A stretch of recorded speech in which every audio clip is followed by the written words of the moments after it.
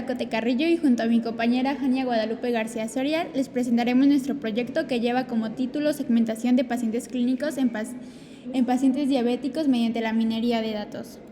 Como se puede observar en la pantalla, la presentación tiene 8 bloques secuenciales: la introducción, objetivos, marco teórico, el estado de arte, la metodología, los resultados, la conclusión y para terminar las referencias.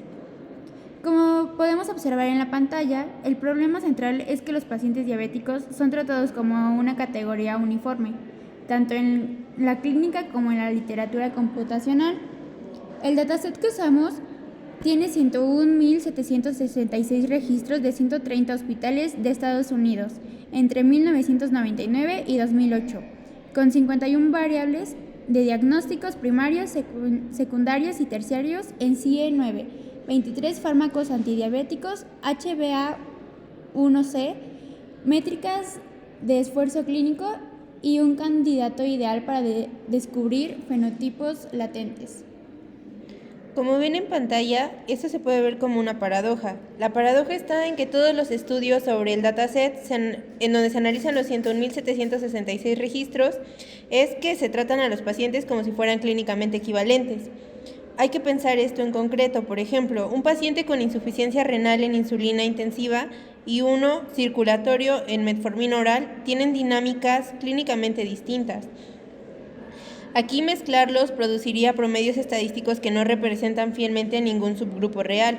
Aquí es entonces que nuestra propuesta es diferente. Aplicamos KDD o descubrimiento en bases de datos para descubrir la estructura latente y no solo para predecir. Como se ve en la pantalla, nuestro objetivo general es descubrir y perfilar los fenotipos clínicos latentes con PSA y K-means, validando su significancia estadística. Los 4 objetivos específicos son el mapa teórico del trabajo, el preprocesamiento con mapeo CIE-9, la reducción dimensional al 85% de varianza acumulada, la segmentación K-means evaluada por 3 métricas y nuestra validación inferencial con Kruskal-Wallis y chi cuadrado bajo alfa 0.05. Veamos el marco teórico. KDD, que lo estamos usando como el descubrimiento de conocimiento en bases de datos. La estructura del proyecto es en una secuencia verificable y reproducible, que es la limpieza, el mapeo, la reducción, el agrupamiento y la validación. La razón para adoptar este paradigma es precisa, ya que el valor del proyecto no está en los 101.766 registros crudos, está en cada transformación que le aplicamos. Cada etapa produce un artefacto verificable, que es la trazabilidad, que convierte los resultados en conocimiento accionable, no en un output de una caja negra.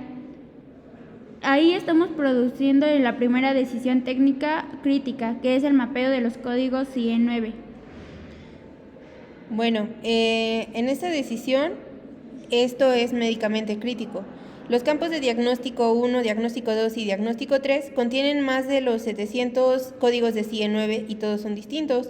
Si los usamos directamente, el código 250 y 250.0, ambos que son diabetes sin complicaciones, serían tratados como dimensiones completamente independientes. Nuestra solución, siguiendo el esquema de Jenks et al. En 2009, fue colapsar los 700 códigos en exactamente 17 categorías funcionales. Y aquí surgió una decisión de implementación que es en realidad clínica. Por ejemplo, el código 250.xx diabetes se debe evaluar antes que al rango endocrinólogo, que va del 240 al 279, porque el 250 cae dentro de ese rango. Si invertimos el orden, los pacientes diabéticos caerían en una categoría equivocada. Por eso es que el orden de las comprobaciones en la función del mapeo no es un detalle del código, es una decisión médica. El dataset tiene 51 variables, pero después del preprocesamiento one-hot encoding de variables no binarias multicategoría, la codificación ordinal de fármacos y estandarización continuas, el espacio que tiene entre PSA tiene 220 columnas concurrentes. En 220 dimensiones, aplicar el K-means directamente produce lo que la literatura llama como la maldición de la dimensionalidad. En espacios de alta dimensión, las distancias euclidianas entre todos los puntos tienden a igualarse y el algoritmo pierde la capacidad de distinguir geométricas de agrupamiento significativas. PSA nos ayuda a resolver el espacio hacia las direcciones de mayor varianza clínica, produciendo una representación compacta que maximiza la separación entre los fenotipos que buscamos. Esto no solo nos ayuda a mejorar la calidad de agrupamiento, también nos ayuda a reducir el costo computacional de procesar 100.000 registros. K-means es iterativo, ya que inicializa con K centroides en el espacio reducido, asigna cada registro al centroide más cercano en distancia euclidiana, recalcula el centroide como el promedio del grupo y repite hasta convergencia. La función que minimiza se llama inercia, ya que está sumando los cuadrados de distancias de cada punto a su centroide. Nos ayuda a minimizar la inercia, que equivale a maximizar la homogeneidad interna de cada fenotipo. Pero la inercia solo no determina el número correcto de grupos. Para eso necesitamos las métricas adicionales. Entonces aquí surge el método de codo, que es prácticamente que vamos a graficar la inercia versus K y buscamos donde la reducción marginal se vuelva despreciable. El índice de Siluet, que nos dice qué tan bien separado está cada punto de su propio clúster respecto al clúster vecino, más cercano, que va de -1 a 1. Aquí se busca maximizar. Y el índice de Davis-Boulding, que penaliza clústeres poco compactos o muy cercanos entre sí. Aquí buscamos minimizar el K óptimo, y el K óptimo es el que cumple los 3 criterios simultáneamente. Bueno, aquí en la etapa B, en esta etapa se responde la pregunta más importante de nuestro proyecto. ¿Los grupos que K-means descubra son matemáticamente estables o son también médicamente reales? K-means siempre produce grupos, incluso si los datos no tienen una estructura genuina. Sin validación inferencial, los fenotipos podrían ser artefactos matemáticos sin significado clínico. Aquí es por eso que aplicamos Cruz-Wallis para variables continuas, sin asumir normalidad, y el chi cuadrado para variables categóricas, con corrección de Bonferroni para múltiples comparaciones. Si los p-valores son menores a 0.5, vamos a confirmar que los fenotipos representan subpoblaciones médicas genuinas y accionables. Después de haber dicho esto del marco teórico, vamos a ir a lo que se ha hecho en trabajos similares y en nuestro estado del arte. Como se puede observar en la pantalla, revisamos 10 trabajos publicados entre 2021 y 2025 sobre el mismo dataset de 130 hospitales.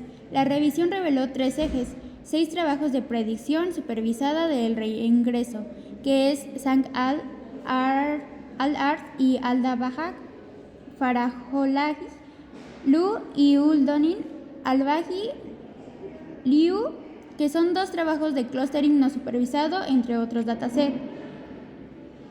Ned Yalkova y Han, y 2 trabajos con enfoques híbridos, Hassan y Saad Kanu y Kanal. Bueno, en el patrón del eje 1, aquí esto es consistente. Todos los modelos supervisados trabajan sobre la mezcla completa de los pacientes, sin preguntarse primero si esa mezcla tiene una estructura interna. Faraholi et al. Aplican PSA, pero orientado a maximizar con exactitud clasificatoria, no a descubrir fenotipos. No hay K-means y no hay validación de subgrupos. Liu et al. En 2024 llegaron a la conclusión de que nos importa, que el desempeño predictivo tiene un techo de AUC entre 0.63 y 0.67, además de que señalan explícitamente la necesidad de nuevas perspectivas analíticas. Nuestra propuesta es exactamente esa perspectiva. En lugar de predecir mejor, preguntamos quiénes son los subgrupos. En el eje 2, Han 2023 es el trabajo más cercano a nuestra validación, ya que K-means sobre los pacientes diabéticos con Cruz-Wallis y chi cuadrado, pero sobre solo 558 pacientes. En el eje 3, Sa, Kanu y Kanal 2023 aplican el PSA seguido de K-means sobre el dataset UCI completo, pero su K-means opera a nivel de atributos para agrupación de variables, no de pacientes para descubrimiento de fenotipos. Sin embargo, KDD formal sin validación inferencial. Bueno, como se ve en la pantalla, la fila de nuestro trabajo es la única en toda la tabla con 4 casillas marcadas. K-means, PSA, el dataset de la USA de los 130 hospitales y el mapeo CIE9 de la OMS. No afirmamos que cada componente vaya a ser inédito por forma separable. K-means sobre diabetes existe, PSA sobre la USI existe y el mapeo CIE9 existe. Lo que no existe en la literatura revisada de los trabajos es la combinación de los 4 en un solo trabajo. Wang et al. Validan con Cruz, Wallis y Chi cuadrado, pero como se dijo solo sobre 558 pacientes, nosotras escalamos esa validación a los 101.766 registros con las 51 variables categóricas. La brecha que llenamos no es técnica, es conceptual, que son los 8 de los 10 trabajos revisados analizan los 101.766 registros como si todos los pacientes fueran clínicamente equivalentes. Un random forest entrenado sobre esa mezcla aprende el promedio de los fenotipos, no las características de cada uno. La pregunta que ningún estudio sobre la UCI de 130 hospitales ha respondido: ¿cuántos fenotipos clínicamente distintos existen en esta población y cuáles son sus perfiles farmacológicos y diagnósticos propios? Esa es exactamente la pregunta que la minería de datos está diseñada para responder. Y es el fundamento de la medicina de precisión, conocer la estructura del problema antes de actuar sobre él. Con esta brecha identificada, les presentaremos la muestra metodológica. Bueno, aquí nuestra metodología sigue el paradigma KDD de manera estricta y tiene las 3 fases con entregables comprobables. La primera es la carga, la limpieza, el mapeo CIE9 y la codificación de variables. Aquí lo que se entrega es un archivo matrix clean parquet. En la fase 2 hacemos la reducción dimensional con PSA y aquí el entregable es el espacio PSA y el script plot para que pueda visualizarse. Y la fase 3 es la segmentación K-means y la validación clínica. Los entregables serían un nuevo CSV llamado label K-means, que son las etiquetas, más las tablas de Cruz, Wallis y Chi cuadrados por fenotipos. Aquí vamos a seguir explicando cada fase de la metodología. Actualmente llegamos hasta la fase 2 del proyecto y entonces en la fase 1 empezamos con los 2 filtros clínicos deliberados. Primero excluimos 2.423 registros de altas por defunción con códigos de disposición 11, 13, 14, 19, 20 y 21 y la razón pues es muy clara. Estos pacientes ya no tienen continuidad hospitalaria posible e incluirlos solamente distorsionaría las métricas de intensidad de atención a los supervivientes. Y segundo, excluimos 2.537 registros con diagnósticos primarios oncológicos, exclusivamente en diagnóstico 1. Aquí es importante decir que si el cáncer aparece en diagnóstico 2 o diagnóstico 3, lo conservamos como comorbilidad. El resultado final fueron 98.806 registros que constituyen la población analítica del proyecto. Aquí el tratamiento de las variables fue la columna weight, se descarta porque tiene más del 97% de valores faltantes. Los fármacos se codifican ordinalmente. No es igual a 0, steady es igual a 1 y up es igual a 2 y down es igual a 3. Los fármacos con más del 98% en no se descartan. Se aplica el label encoder para nominales y standard scholar para las variables continuas. Esta es la matriz que nos alimenta para el PSA. Bueno, retomando el punto del marco teórico, partimos de las 220 columnas. El PSA se ajusta sobre los 96.866 registros estandarizados.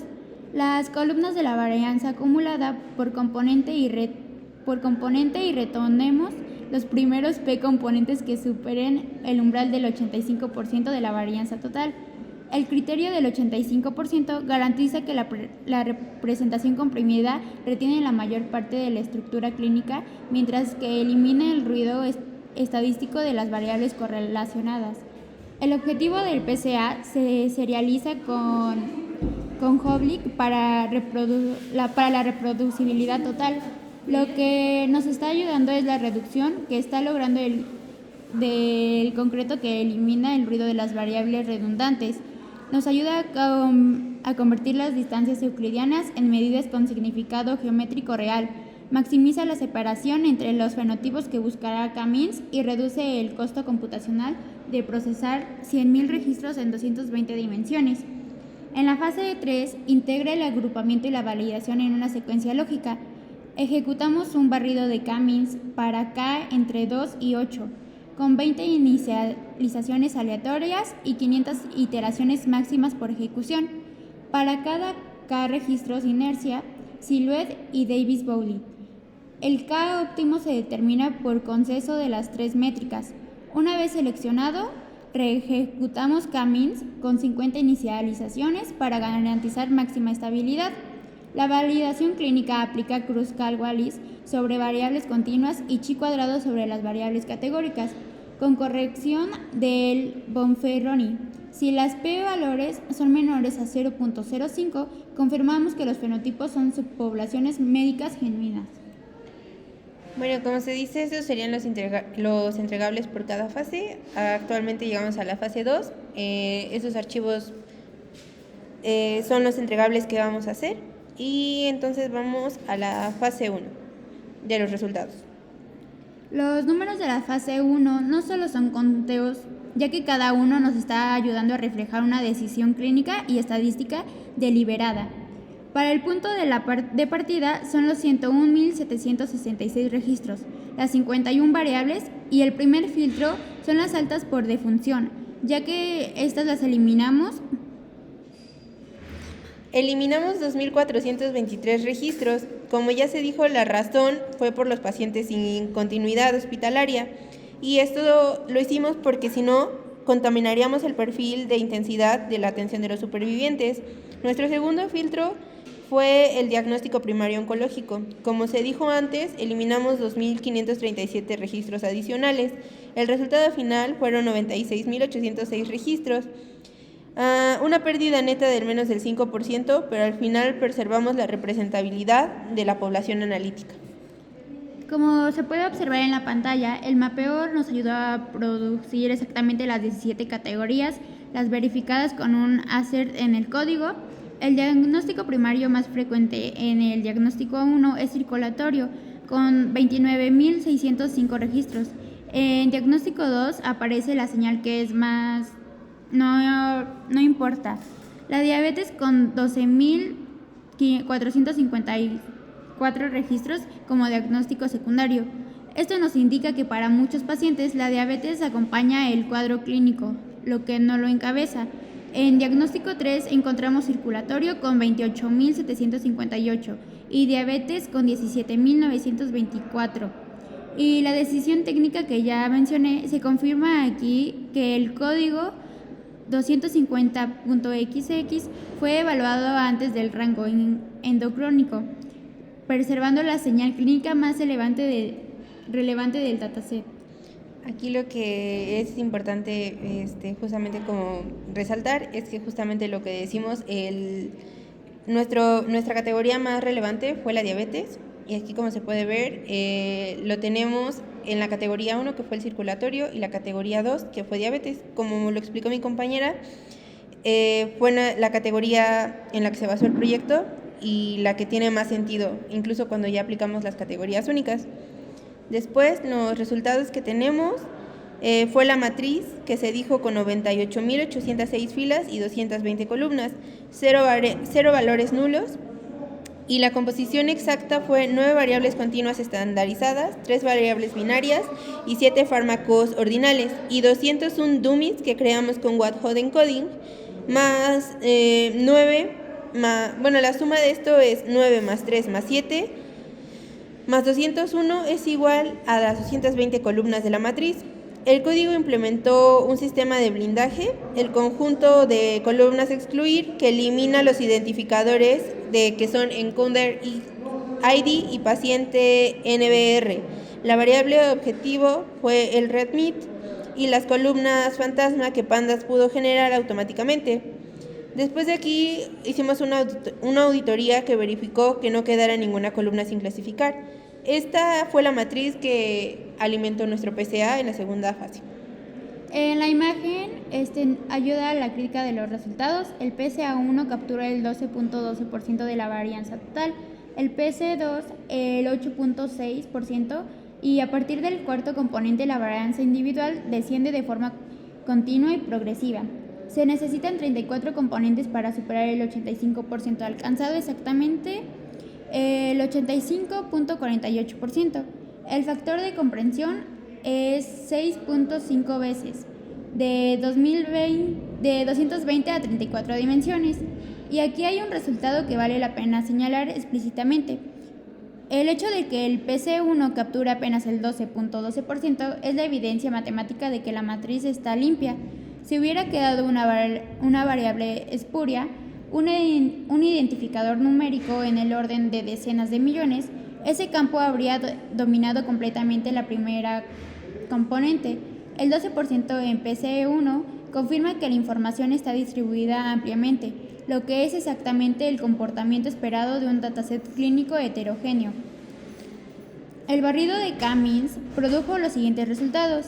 La inercia cae de 1.364.846 en K2 hasta 68.333 en K8 de forma suave y continua, sin un punto de inflexión marcado. El silueta alcanza su máximo en K2 con un valor de 0.1038 por debajo del umbral aceptable de 0.25. El Davis-Bouillet minimiza en K8 con 2.139 por encima del umbral de calidad de 1.5. Hay una divergencia evidente. El Silhouette maximiza en K2, Davis-Bouillet minimiza en K8. Esa divergencia es un defecto del código, ya que es el reflejo fiel de la estructura real de los datos. Este es el resultado más importante de la fase 2 y quiero explicarlo con total claridad. Nuestra hipótesis inicial espera un Silhouette mayor de 0.30. Obtuvimos el 0.1038. La pregunta inevitable que un evaluador formularía es: ¿hay un error en el código, en los parámetros o en los datos? La respuesta es no, y la evidencia que lo demuestra es múltiple. Primero, el K-means final se ejecutó con 50 inicializaciones y 500 iteraciones. La diferencia entre el Silhouette del barrido exploratorio y del K-means final fue del 0.001, 4 órdenes de magnitud por debajo de cualquier umbral de relevancia práctica. El algoritmo convergió en solo 11 iteraciones. Segundo, y esto es lo más revelador, ningún valor de K de 2 a 8 supera el Silhouette de 0.11. El solapamiento no es propiedad de K que elegimos, es una propiedad intrínseca del espacio PSA de este dataset. Si hubiera un agrupamiento natural bien definido, algún valor de K lo revelaría, ninguno lo revela. Esto es coherente con lo que la literatura médica predice. Wang et al. 2023, que aplicamos con K-means, es la validación inferencial entre los pacientes diabéticos, ya que reportaron valores de Silhouette en rangos análogos al nuestro. La razón es médica. La diabetes mellitus tipo 2 no tiene fronteras biológicas nítidas entre subtipos. Es una enfermedad de aspecto continuo, modulada por múltiples comorbilidades, regímenes farmacológicos y prácticas hospitalarias de 130 instituciones durante 10 años. Un Silhouette bajo en un fracaso analítico es la confirmación geométrica del continuum metabólico. Y hay algo más. Lo que el Silhouette no mide es si los dos grupos tienen distribuciones estadísticas distintas, variable por variable, en el espacio clínico original. Dos distribuciones pueden solaparse en el espacio reducido y aún así diferir de una manera significativa en sus características médicas. Es exactamente para responder la pregunta de la fase 2 que aplica Cruz, Cal, Wallis y Chi cuadrado. Bueno, aquí los fenotipos descubiertos. En el panel izquierdo de la gráfica PC1 contra PC2 son los dos fenotipos coloreados. El solapamiento central es visible y es consistente. pero hay zonas de predominio hacia los valores más altos de PC1 que se concentra el fenotipo 0 y hacia los valores más negativos donde predomina el fenotipo 1.